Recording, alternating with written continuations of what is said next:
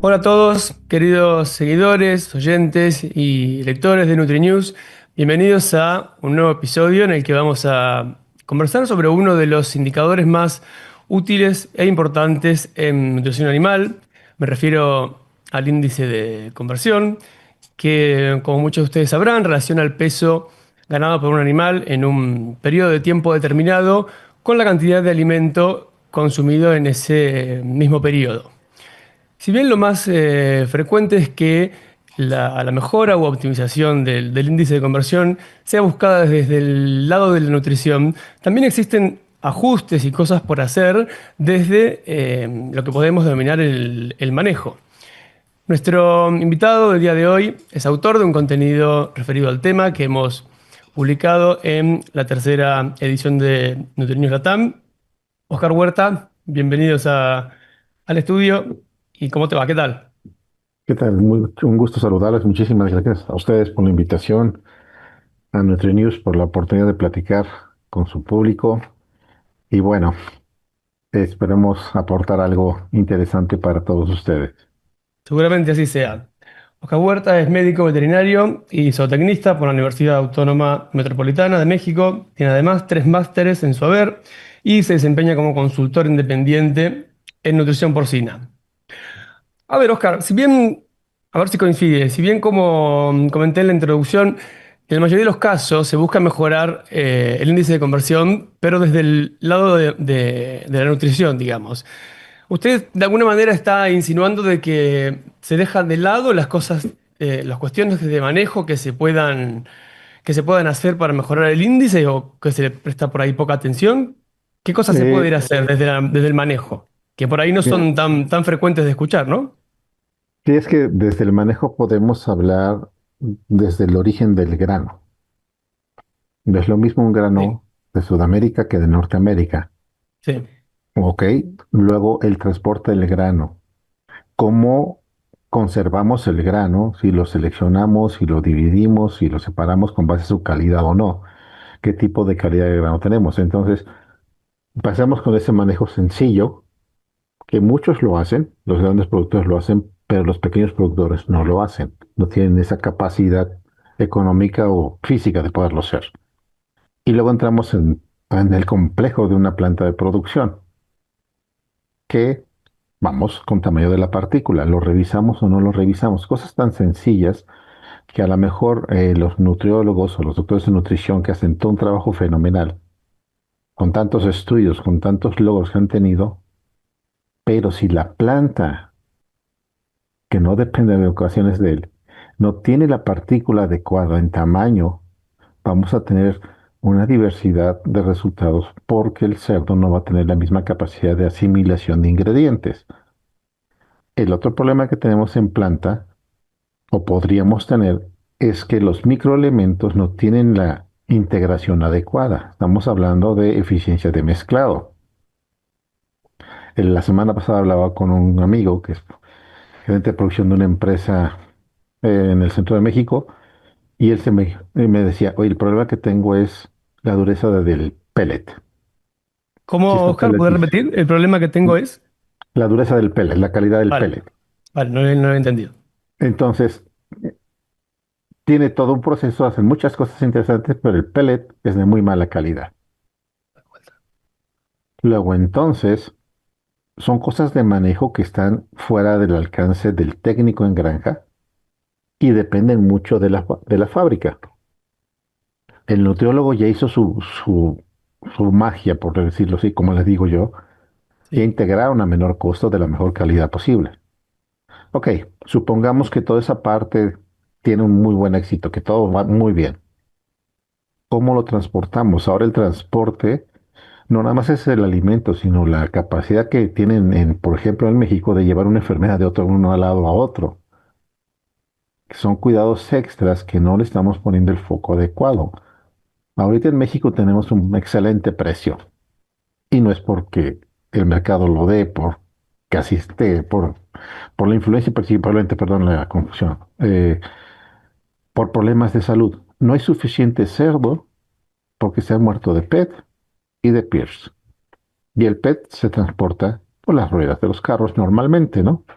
Entonces, esos pequeños detalles que tiene que ver, no tiene que ver, por decir, con nutrición directa, pero son manejos que afectan el rendimiento productivo de los animales.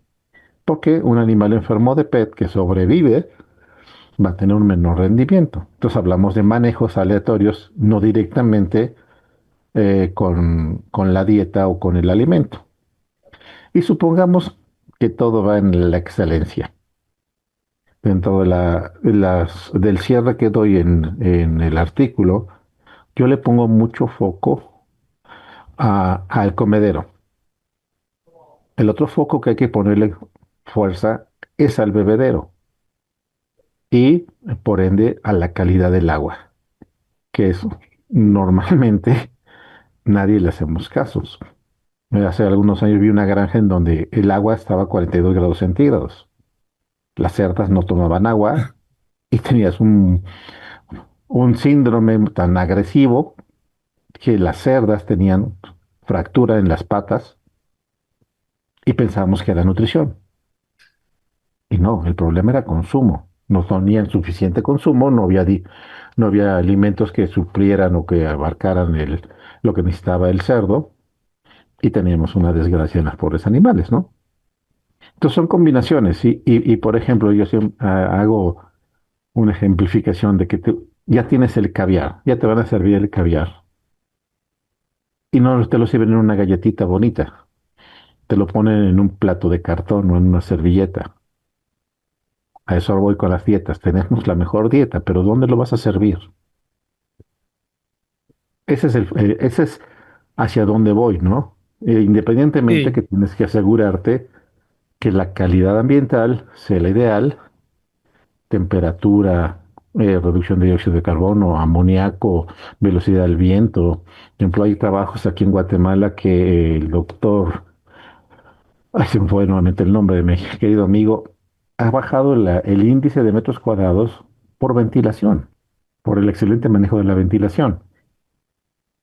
Ahora, si tú tienes un comedero que tiene una calidad, y me refiero a la calidad no que se vea bonito, que tenga un rendimiento correspondiente a su estructura, obviamente el alimento seco es menos rendidor que el alimento se come, mejor, perdón, el comedero.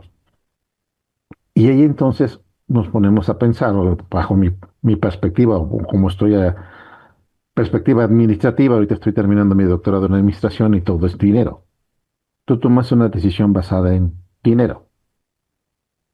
Y el hecho Claro, que tú usted, compres, sí, dime, no, no, que usted en su artículo de alguna manera relaciona la compra y la toma de decisión de la compra de un comedero con el índice de conversión y con el costo de oportunidad que conlleva tomar una decisión, ¿es así? es correcto. Ahorita acabas de mencionar un par de palabras que es costo de oportunidad. Que financieramente el costo de oportunidad es una decisión A o B. O compro A o compro B. Pero el resultado de esa compra se llama ceteris paribus, que es un supuesto económico. ¿Ok? Si compro Sí. A, voy a ganar tanto. Si compro B, voy a ganar tanto. El costo de oportunidad podríamos comentarlo como, el comedero A me costó $1,000 y el comedero B $800. Mi costo de oportunidad son $200. Pero el ceteris paribus, que es el supuesto económico, nos va a determinar cuál fue la mejor compra, no la diferencia entre A y B. ¿Por qué? Porque es posible que el comedero B, que es más barato, su eficiencia alimenticia no sea tan buena como el B. Por eso los precios son diferentes. O sea, hay marcas muy importantes en el mercado que son muy competitivas, pero a pesar de que son muy parecidas, el 1% de desperdicio significa mucho, mucho dinero. Si hacemos un ejemplo como el que está descrito, una boca, normalmente en un comedero seco húmedo, capta 16 lechones o puede alimentar 16 lechones.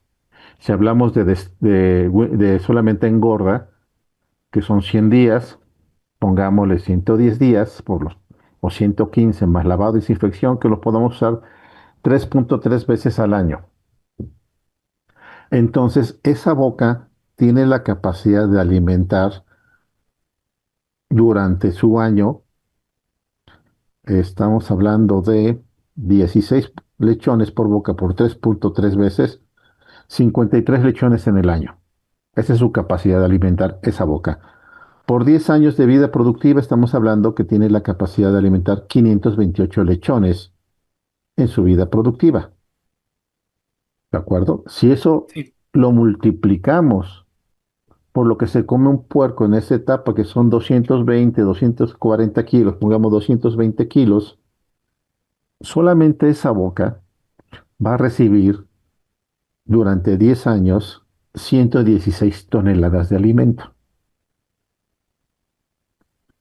Por precios actuales a $500 la tonelada, cada boca va a recibir $58,000 de alimento en esa boca, pero los comederos no son de una boca normalmente, ya son de 4 o de 6 bocas. Si lo hacemos por 4 bocas,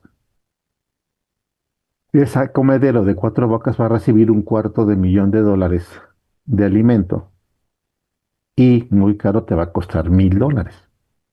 Si tú divides ahora $1,000 en el supuesto del costo entre $250,000, lo ponemos en porcentaje, esa decisión que representa el $250,000 servido es solamente el 0.4% del valor del comedero. Ahí está la decisión más importante.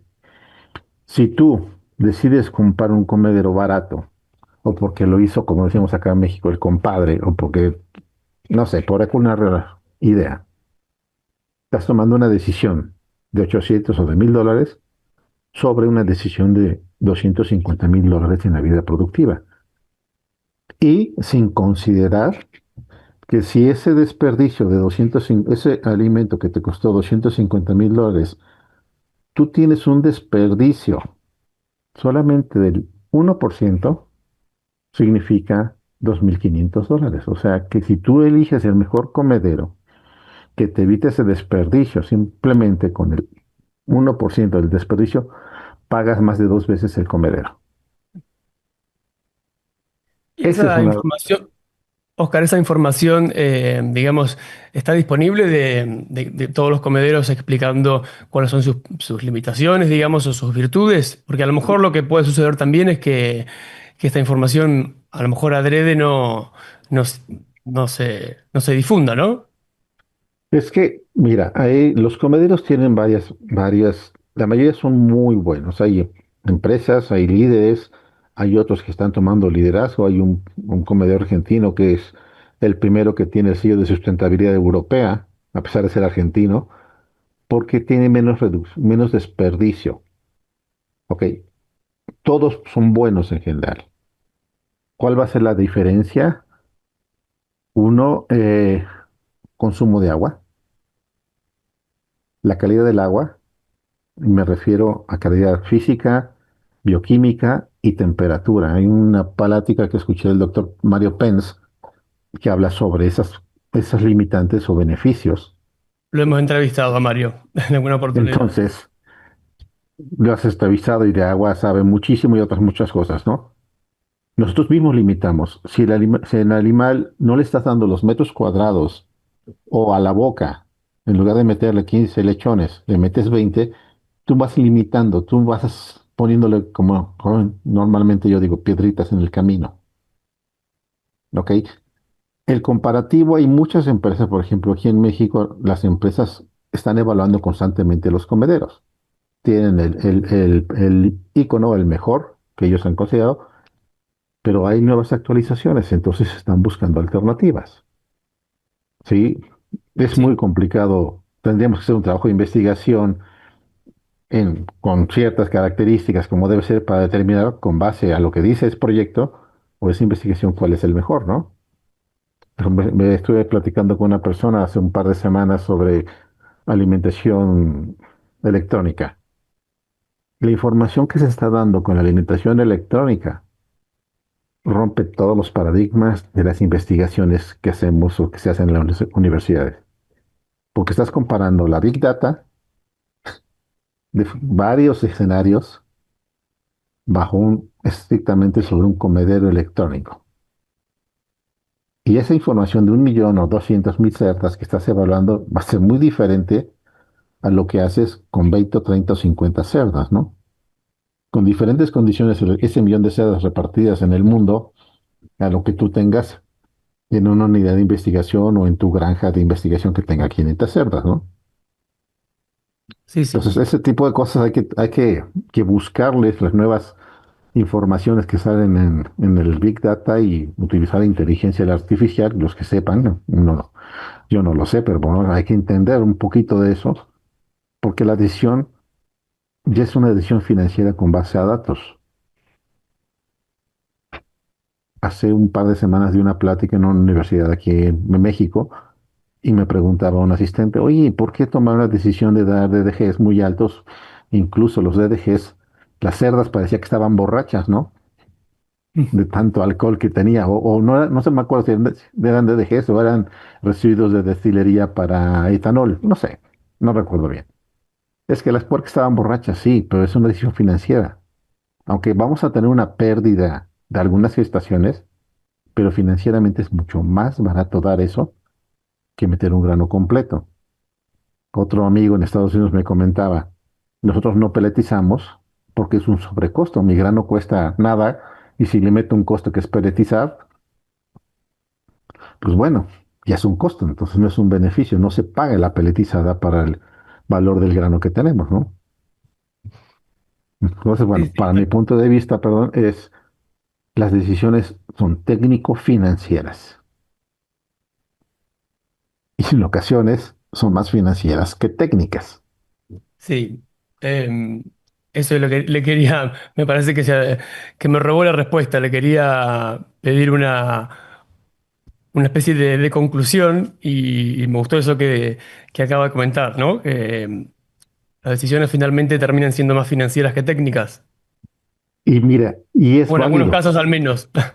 y es válido, por ejemplo, he estado trabajando o tratando de hacer incursiones en la parte avícola. Las plantas acá en México en particular, o en muchas partes de Latinoamérica, las empresas son huevo cerdo o pollo cerdo o pollo huevo cerdo. Y es la misma planta. ¿Quién manda? El pollo. ¿Por qué? Porque son más millones de toneladas que consumen. Ah, es que quiero hacer una prueba tal. No voy a parar la prueba, al menos que sea algo completamente financieramente disruptivo, paro la planta. Pero meter 100, 200 gramos, 500 gramos en una prueba para ver si funciona, no es rentable para la planta.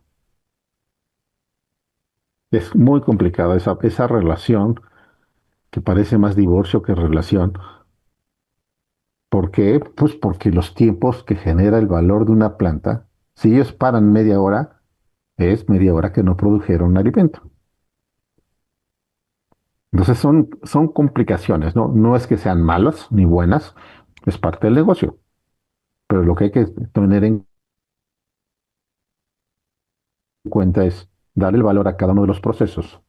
Pero en el caso de nosotros como técnicos en granja, es convencer al dueño, al inversionista, al consejo de dirección, que cuando compren un comedero sea un comedero que sea sustentable ya para términos actuales, porque en España tú sabes que a partir del 30 van a empezar a castigar a la gente que desperdicia alimento, y si no tienes un comedero eficiente, estás fuera. Ya estamos en el proceso de sustentabilidad impuesta, pero debe ser convencida. Estamos con la huella de carbono al 100 encima de nosotros, con bienestar animal, y hay muchas cosas que nos va imponiendo el mercado, que es un compromiso natural de nosotros, pero mucho viene de imposición. Entonces, son decisiones medio interesantes, pero ok, dentro de lo que cabe nosotros como técnicos, asegurarnos que el agua, que el flujo del alimento esté, que la capacidad por boca se dé, que la capacidad por bebedero se dé, que los metros cuadrados tengamos los ideales, temperatura, flujo de aire, dióxido de carbono, amoníaco, todo eso está dentro de los límites aceptables. Oscar, bueno, voy a invitar a quienes nos estén oyendo eh, o escuchando a través de podcast a que visiten nutrinews.com, la tercera edición de la revista del año, para que puedan leer el artículo que has escrito muy gentilmente para nosotros, por quien quisiera profundizar más. Y bueno, te agradezco entonces por tu colaboración y por estos minutos también. No, al contrario, gracias a ustedes por la distinción y la oportunidad de platicar con todos ustedes y con todos los que nos logran escuchar. Y les mando un abrazo desde mi ciudad, Puebla, México. Un enfoque, digamos, alternativo al que normalmente escuchamos, el que ha hecho Oscar Huerta sobre la relación entre la decisión de compra de los comederos y su impacto en la eficiencia de la alimentación.